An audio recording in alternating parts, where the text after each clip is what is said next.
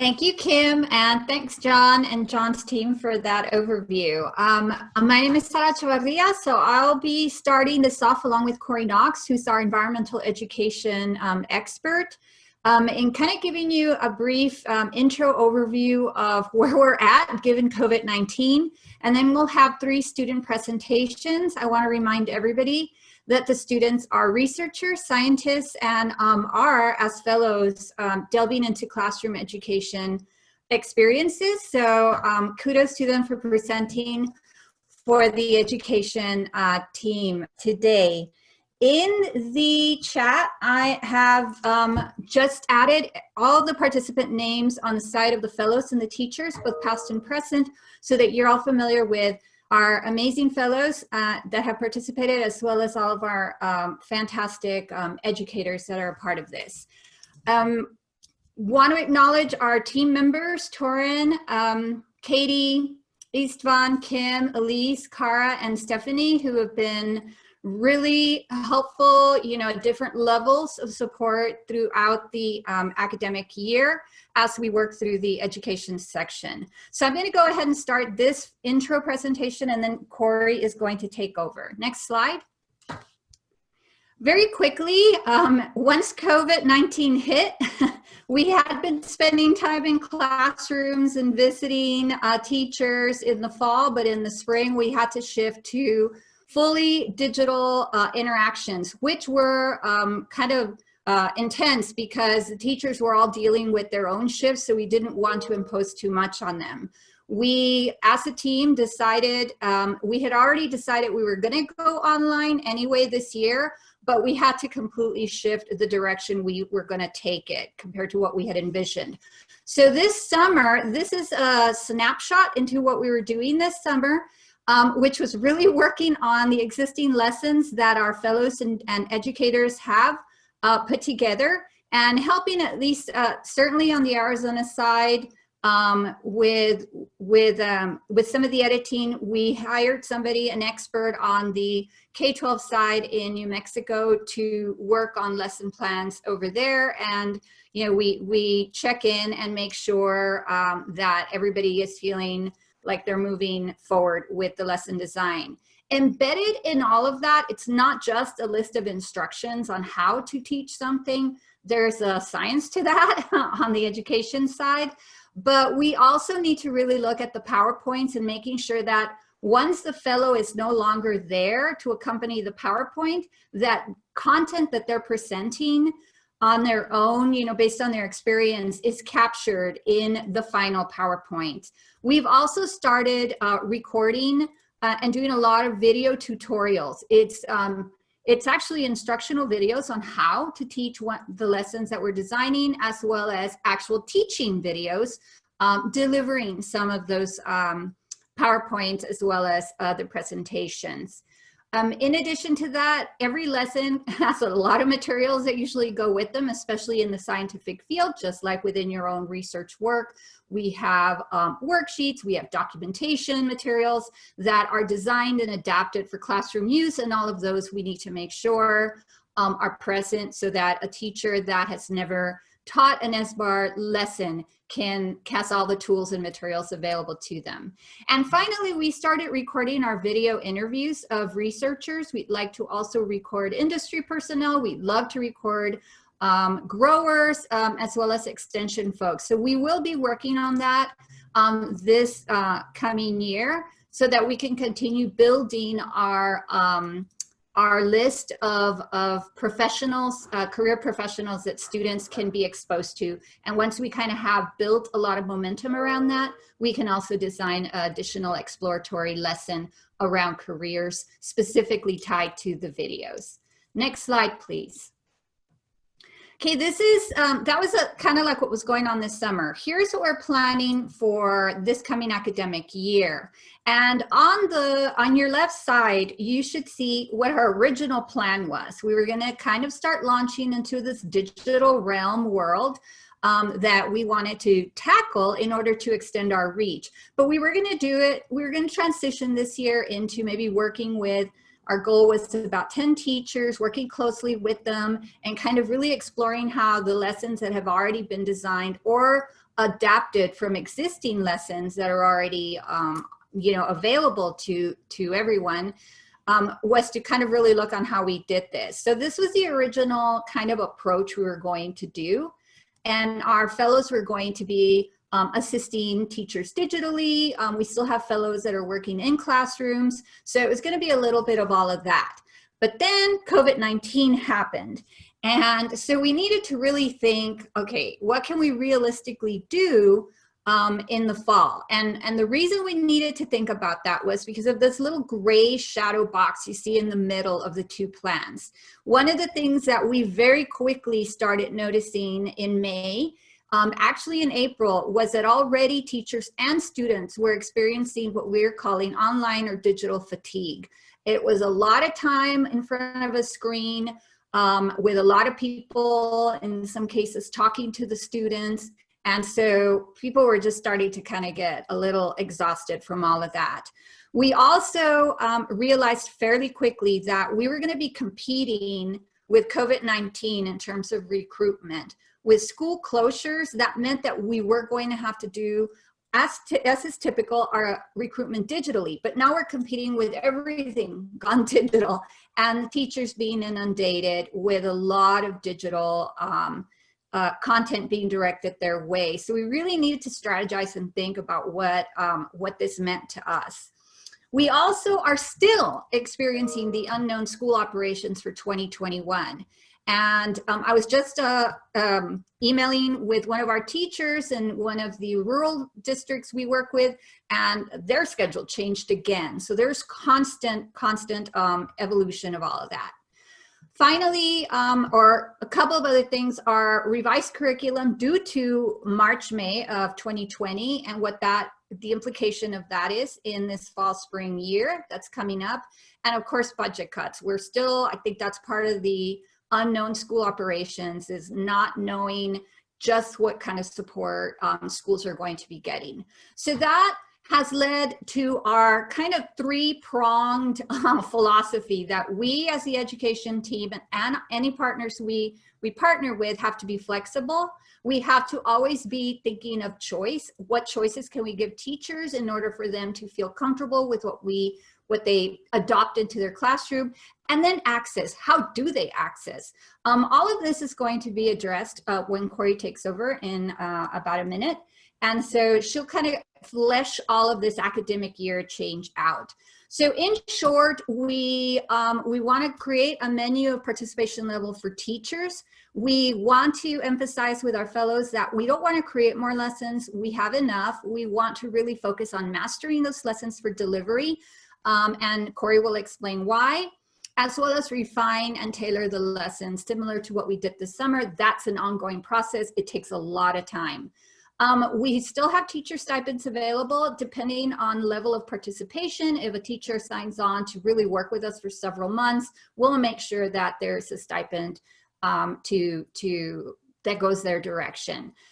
For our fellows, we will continue our seminar. It'll be primarily via Zoom, but we are exploring ways to connect in broad, open spaces so that we can at least see each other from afar and, you know, have mass competition, see who has the coolest one. So we will be doing that. And then in terms of visiting classrooms, we don't expect, unless we're allowed to visit classrooms often in the fall. We're hoping we can, if needed, in the spring. And finally, our evaluator, Jen Fields, will continue to work with us and collect feedback and evaluation information per our shift. So going back, we're about flexibility, choice, and access. And our next slide is just a quick review of our evaluators. Next slide. Of our evaluators' results, which reinforces that we do want to focus on flexibility, choice, and access. The interviews, focus groups that Jen has conducted, our overall feedback has been that folks are happy with the relationship working with fellows and teachers. They're all happy, but that they do value the need for supplementary materials, such as the videos with researchers and other project staff, as well as materials. They give opportunities to interact with real SBAR data that they can bring into their classroom in a seamless way and present to their students. I want to end before Corey goes into her section by acknowledging that we have 4 of our educators here. We have Tina, Tracy, Kathy, and Alan, and I want to thank them. I know what a busy time this is for all of our educators as you guys delve into figuring out what fall and spring are going to look like. So thank you so much for being here. Corey, you're on. Next slide. Hi, everybody. I'm Corey. Yeah, so I'm just kind of going to I'll be as quick as I can, go into a little bit more depth about what we're planning for next year based on all of the things Sara just discussed. And so these 4 boxes represent sort of our framing of how we're going to go about interacting with teachers, given those sort of 3 sort of values or themes that Sara discussed: flexibility, choice, and access. So our original idea was, plan was to recruit 10 teachers, and we had talked about 5 from Arizona and 5 from New Mexico that we would work with, similar to how we've worked with teachers in the past, with sort of one-on-one fellow support to a teacher in a classroom to implement and revise SBAR lessons. And that is still what we're going to do, but we also wanted to provide a more flexible sort of choice focused kind of SBAR experience, like to more teachers, and that they could actually have a choice of interacting with SBAR in different ways. So there's kind of like the intensive, you're paired with a fellow and you receive a stipend or supplies. But we also really felt, I think that COVID sort of enforced this to us in our work with our teachers, that there's a lot more we could do that just is sort of sharing and disseminating information, which is really about the last years of SBAR education stuff, is getting it out there. So we are going to try and provide multiple points of entry for teachers to interact and use SBAR materials, resources, videos, so they can, so it's, as I was saying, they can, we'll recruit our 10 or more that are super connected to us and work with us on specific lessons. But we really want to have a digital presence and have sort of interactive opportunities for teachers who just want to sort of check in or listen to a speech by a scientist. So I'll move on from this slide. Next slide, Sara. So along with sort of these values of flexibility, choice, and access that will guide our work with educators, we also thought really and discussed a lot about what we hope our fellows can continue to experience. And I think these are the 4 themes that we really, as science educators and educators, hope that our fellows are getting to participate in through the SBAR fellowship. And that is direct interaction with students, experience working with educators, lesson and product design. So, designing videos, and it's becoming much more creative, and digital products are sort of taking a forefront, which has been very interesting and fun. And also continuing science ed instruction. So I'm going to talk about sort of the 4 activities that we're all going to be interacting with as part of sort of the SBAR Education Experience 2020. But I wanted to just say and emphasize that it's important to us as a team that our fellows are getting, it is a fellowship. It's not sort of just them helping us put lessons together, but we really want them to experience working in classes, which is going to be tougher and has been, and it was pretty sad to us, because that was a really central core to our fellows' experiences. So we're trying to figure out how to maintain that, no matter a shutdown or if it's online, and you'll see that in a minute. We want them to continue to be able to have one-on-one working relationships with educators, which is such an important part of this program and experience for them. Of course, the other two that I've already talked, which are self-explanatory. So I'll move on to the next slide, or you can, please. Okay, timeline.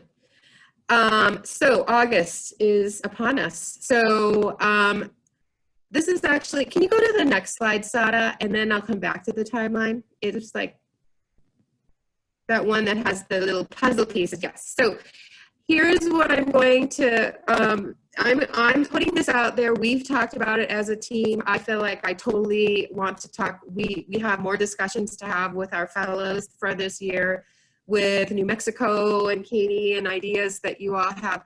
But the Arizona, we've been thinking about these 4 components for the coming year, these 4 major activities. That is, and the first one is a SBAR. I just called it a faculty lounge because I think it sounds cool, but you know, a online digital drop-in session for teachers to come in. It'll be scheduled. There will be presenters. We might ask some of our SBAR scientists to do short mini presentations, but we would like to have, this is what I was talking about when I said sort of multiple points of access for educators in Arizona and New Mexico, and to have these just really scheduled monthly, have fellows involved with the content and presentation, and faculty or teachers can, actually educator lounge I like, but faculty, you know, school faculty can come and go and drop in, and they will have a schedule, and we hope that also marketing further and engaging teachers with more engagement in SBAR. But we wanted to sort of not have it be an all or nothing, like you have to be a SBAR educator, or you can, you can find lessons, but that there's some sort of interactivity and engagement. So we're proposing to have these a monthly drop-in educator kind of lounge. We're going to send out a survey about timing. Should it be just after school? Could it be at lunchtime? So teachers can actually just log in and meet other teachers and hear a sort of a monthly theme. The other idea, not idea, but this is sort of what we have been doing, but maintaining and creating fellow educator partnerships. So that is sort of our traditional fellows in the classroom model.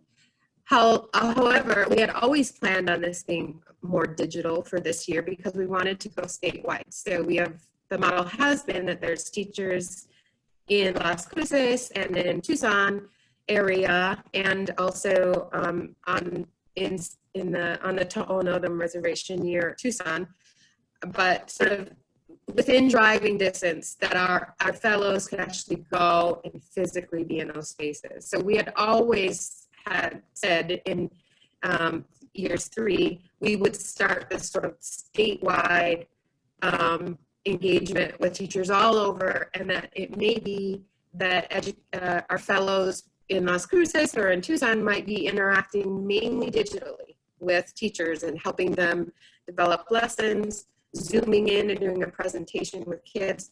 So, that was always in the plan even before COVID. So we've just sort of bulked that up. I think we've really figured out that we need to constantly be surveying educators to see what kinds of support they would want. This monthly SBAR education lounge is a way that they can meet fellows, that we can sort of constantly assess what teachers all over are needing, especially in these times when there might be school closures and they may be teaching from home. So we're going to maintain that a minimum of 10 really sort of intensive partnerships, because fellows want that, and also educators. There are going to be educators that want a longer term, more intense, like sort of support from U of A or New Mexico. We also I hope that you guys are into this, fellows that are out there, because I think it sounds really fun. But we sort of did laugh as it, you know, Torrin and I and Sara about like, well, okay, we'll see if they'll go for it. But this third activity is what we're kind of calling a career series, and really, you know, we will again survey educators and see if this is an idea that would be of interest to them. But we felt that if we could have a once a week or every other week Zoom session, again, that was drop-in, that classes, students, teachers could log into, again, scheduled.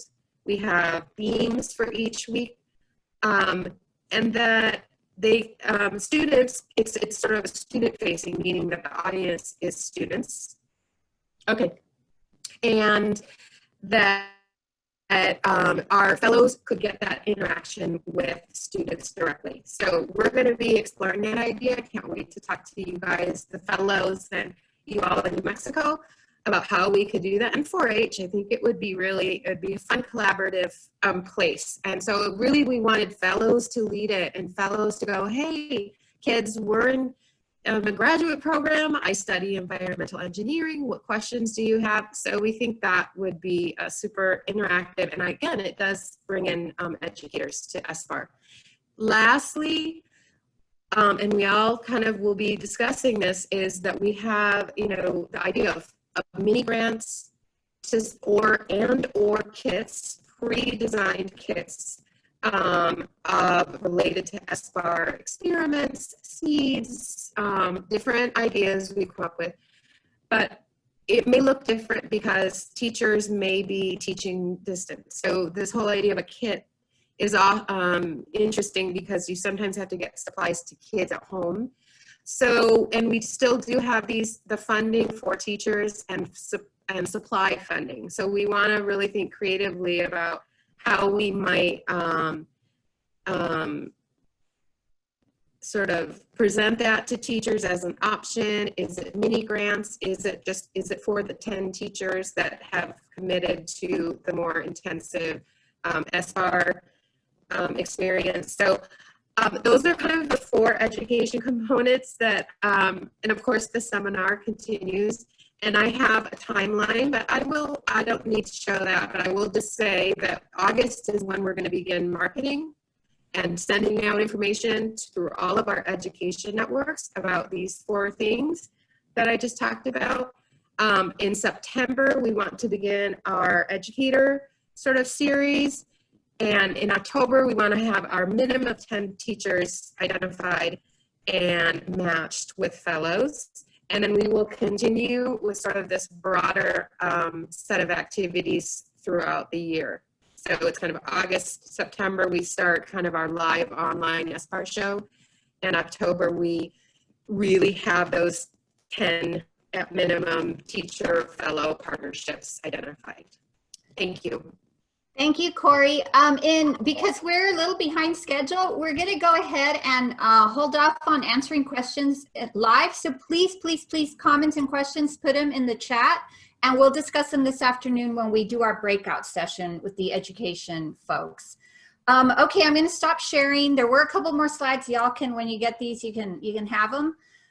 You can look at them. But thanks so much, Corey. That was great. So next on is Arisbeth, who is one of our researcher fellows. So my name is Arisbeth Ibarra, and today I'm going to be talking about the development of educational materials with a focus on area regions. Next, please. A little bit about me. I obtained my chemical engineering degree in my home country, Mexico, and I'm a PhD student in environmental engineering at the University of Arizona. And this year will be my 3rd year as an SBAR fellow. Next, please. And as an SBAR fellow, I created educational materials for 6th graders. And one of the SBAR educational goals that applies to my work is to develop and disseminate agriculture, bioenergy, and bioproduct K-12 modules. So the educational materials that I created had a focus on area lands, bioproducts in area lands, and bioeconomy in area lands. And next, please. And yeah. And the previous work that we had to look at, since I was one of the first generation SBAR fellows, was the biofuels 4-H summer camp at the University of Arizona.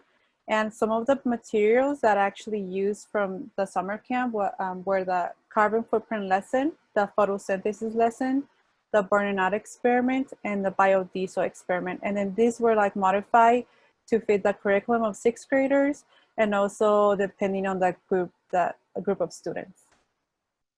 Next, please. And my work, I was partnered with Melissa Wilbur. She's a sixth grade teacher at Quail Run Elementary School in Tucson, Arizona. So I worked with her for my first 2 years as an SBAR fellow, and we created these materials together. And we also tried them out in her classroom, and I also tried them out in other sixth grade classrooms at the same school. And our products were 3 full lesson plans. We also had 9 experiment labs with their worksheets, procedures, and presentation slides. We also did 1 demonstration video for students explaining one of the experiments, 1 demonstration video for teachers explaining how we went around doing the experiment and the material we covered. And we also did an interview video with Dr. Catherine Brewer from New Mexico State University. Next, please. So the work I did had 3 main focuses, and the first one was air lands. And for that, I did an ecological sampling experiment, and this was when the students went out to the desert habitat and they looked at the abiotic factors and biotic factors in the area. We also had a water filter experiment. So here the students did research on their own and designed a water filter, and they created it, and we had a competition to see who could get like the most clear water, and also some of the parameters we're measuring, who could like lower them. For the next bioproducts, we had several experiments for this one. The first one was energy in food, where the students had to burn different types of food and see which one had the highest calories. We relate the results to the amount of fat in the food, and that took us to the extraction of oil from several seeds and nuts that are usually meant to make biofuels. We also had an experiment where we used cooking oil to produce ethanol, and we also had an activity where the students designed a plant that could grow in the Sonoran Desert and that could produce a bioproduct to solve a problem. And related to bioeconomy, we had a Wayuli garden inside the classroom at Quail Run, and we also learned about the history of Wayuli, and the students also researched the different advantages and disadvantages of having bioeconomy. Next, please. So here's some of the work. So the first one is one of the experiments where we burn food. This is a picture of our Wayuli garden outside the classroom. Next is ecological sampling outside in the desert habitat. This is where the kids were extracting oil from seeds and nuts. And the last one is picture from when the students were doing the water filtration experiment. Next, please. So what's next? So what I have been working during the summer was looking at the lessons that I created and now modifying them. One of the lessons I focused on was ecological sampling. So now one of the focus is online. So for that lesson, I had to make videos explaining the terms to students so they didn't have to read about it, and also online worksheets, and also incorporating more apps into the lesson since students have different materials available to them now. And also I tried to focus on rightful presence in science. So I made this loteria game with the terms for the ecological sampling lesson. So it's all the terms are in Spanish and then in English, and there's a little picture. And also this also have with the third focus involve family. So this they have support in science. The loteria game can be played with their family or the people who live with them at home. Next, please. So these are pictures of the work. The first one on the left is a picture of the abiotic factors video where I explain different terms for the lesson, and this has a lot of pictures. The second video, ecological sampling, is just the video where I actually do the experiment outside and go step by step, and I show them how to use the different apps to find all the information. And the third one is a sample loteria card So you can see the terms are in Spanish and English, and the different colors have a different meaning. For example, the purple ones are the biotic factors, and the pink ones are the abiotic factors in the Sonoran Desert. And this is what I have been working on, and that's the end of my presentation. Thank you so much, Arisbeth. That was great. I'm super excited about that Loteria game. I'm not gonna lie, I love Loteria. But okay, in the interest of time, next up is Jacob. Jacob, are you out there? Hello, everyone. My name is Jacob Usrey, and I'll be presenting today on the development of middle school STEM classroom, lesson plans, and after-school program activities. Next slide, please. So I'm going to go over a brief introduction real quick. We're going to talk about some of the activities that we did. We're going to talk about the responses of the children's. We're going to take a quick look at what do we do moving forward, especially concerning online activities. And then if we have time, I will be happy to answer any questions that are out there. Next slide, please. So for an introduction, our program is called Guardians of the Biosphere. It's hosted at Lynn Middle School and Mesilla Valley Leadership Academy in Las Cruces, New Mexico. And we're working towards Education Goal 1, where we train teams of teachers and students with a focus on rural and underrepresented groups. Next slide, please. So some of the activities that we talked about that I'm going to highlight, we do GWAR super bubbles. We talk about synthesizing biodiesel from vegetable oil. We talk about what is a bioeconomy. This year we wanted to incorporate a student research project, and in years past we have included pyrolysis. So next slide, please. So here's our GWAR super bubble surfactants. So we topics that we talk about are polymerization of specifically sugars and other hydrocarbons, organic compounds. We talk about hydrogen bonding, and we talk about surface tension.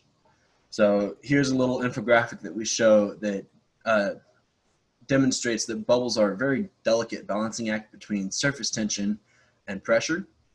So the point we try to get across with this one is if we add a surfactant which increases the surface tension, then all of a sudden the bubble can withstand more pressure, which allows it to get a lot larger. So surfactants that we could talk about are guar gum, cornstarch, other stuff along those lines. Next slide, please. So here are a bunch of pictures of kids playing with bubbles.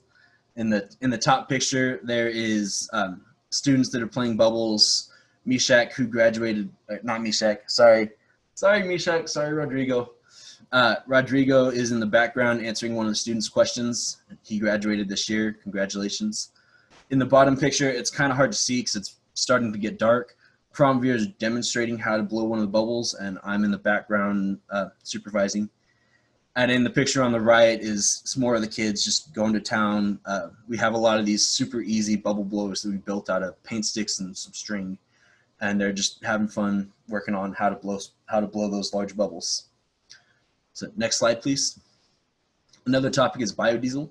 We talk about combustion chemistry, organic chemistry, mechanical engineering, and especially lab safety. Oops. There's Rodrigo supervising some of the students. There are some other students working on their own projects. And after timing got messed up a little bit.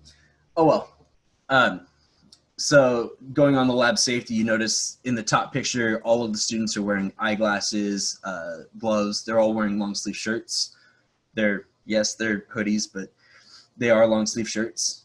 In the bottom picture, touching on the mechanical engineering side, we're working on building a model to demonstrate how an engine works, what are the steps. That model kit that we actually have is really fascinating because it'll take a battery and it'll be powered when it's fully complete.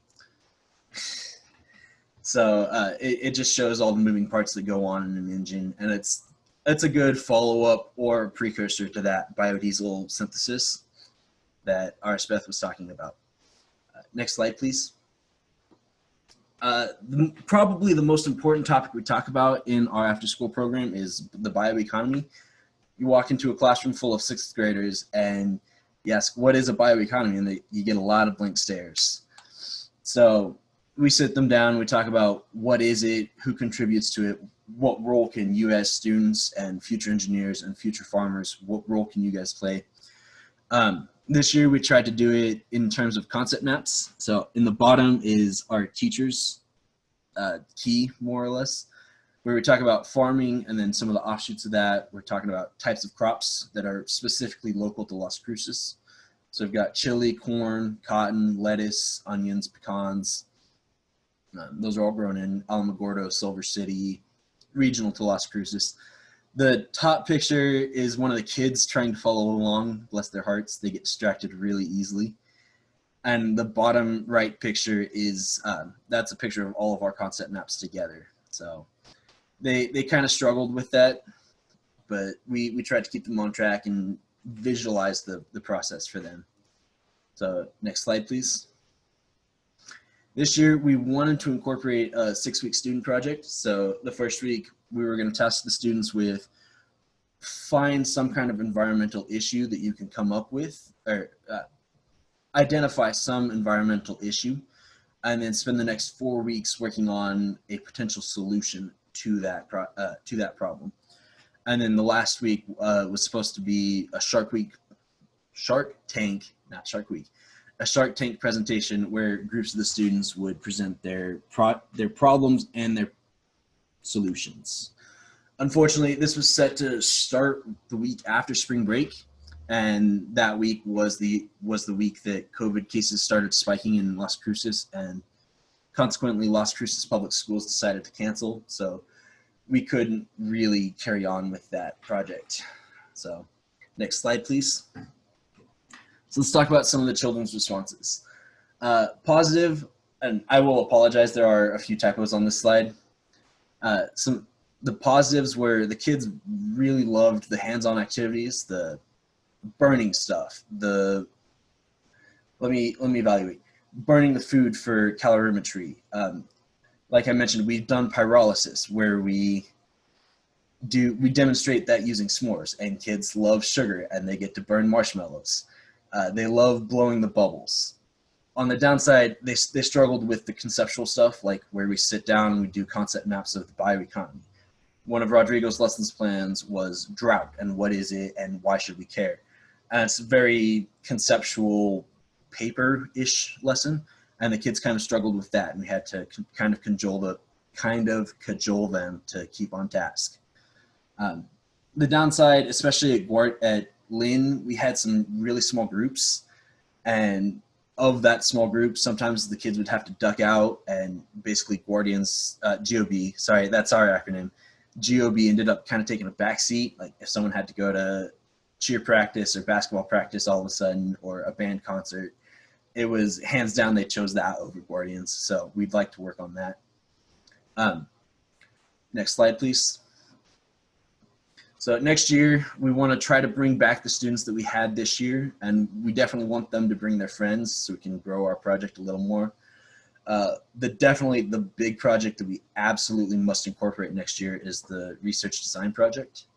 And I know right now we have, I want to say 53 lesson plans that are in the process of being fully written down and converted into an online format and disseminated to teachers.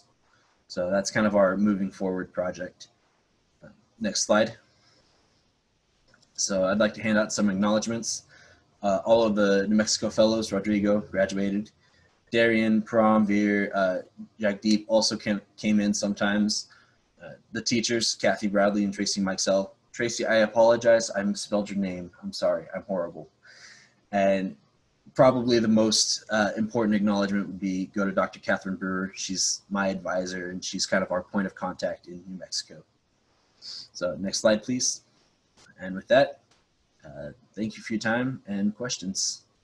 Thanks again, Jacob. Please put questions in the chat and we'll tackle them this afternoon. Moving on, that was great, by the way, and looking forward to the Shark Tank competition. Tenzin, you're on. Thank you. Hi, good afternoon, everyone. My name is Tenzin Phakdon, and today I'm going to talk about my lesson and the lessons that I've developed for my middle school. Can we have the next slide? So a little background about myself. I'm a PhD student in environmental engineering program here at University of Arizona. and I got my bachelor's in India in civil engineering and a master's in environmental engineering from University of Arizona, funded by the Fulbright program. And my current research focuses on reclamation of wastewater and brine discharge.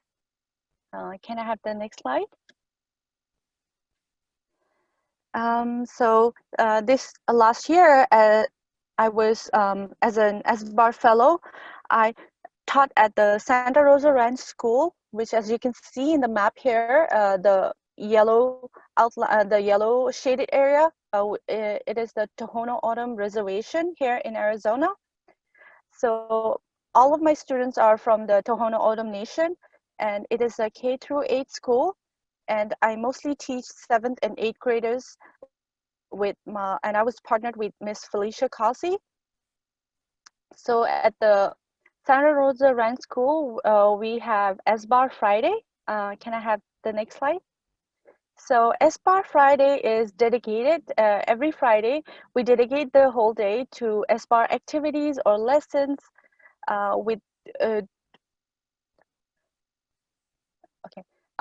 so we basically develop lessons and activities around these 3 main goals that I have, which is incorporating traditional knowledge and agricultural bioeconomy and bioproducts. Can I have, oh, sorry. And here's a picture of Santa Rosa Ranch School at the top, and then here are my students sitting in the community hall. Can I have the next slide, please? And so my work focuses on these 3 main areas, which are developing lessons for arid lands, bioproducts, and bioeconomy. To incorporate that into classrooms, I developed these 3 lessons. For arid lands, I developed a class which is about Sonoran desert plants. So we explore different desert plants and see the leaf adaptations in these plants. And I also developed a class last summer with my teacher, Felicia Cossey. We made a lesson about plant cells, and which was accompanied by an activity where we collected leaf samples from the schoolyard, and we dissected and studied it under the microscope to see chloroplasts and what is the difference between desert plants and like domesticated plant leaves. And I also developed a lesson on eutrophication in water bodies here in Arizona. So for bioproducts, we did our popular guar gum bubble activity. And we also looked at guar as an ingredient in our day-to-day life products, where we ate ice cream in the classroom, and then they look at the ingredients. And for bioeconomy, I mostly introduced guar as we planted guar as well in our garden. We tried to plant guar in our garden, and then we did the hot Cheetos activity, which is an activity developed by our previous SBAR fellow. Can I have the next slide? So these were the classroom materials that were created last year. So I made 2 full lesson plans, and it had 6 PowerPoint presentations. And we also did 6 activities, which had worksheets and presentations for demonstration purposes. And I interviewed our fellow Tina Andrews, and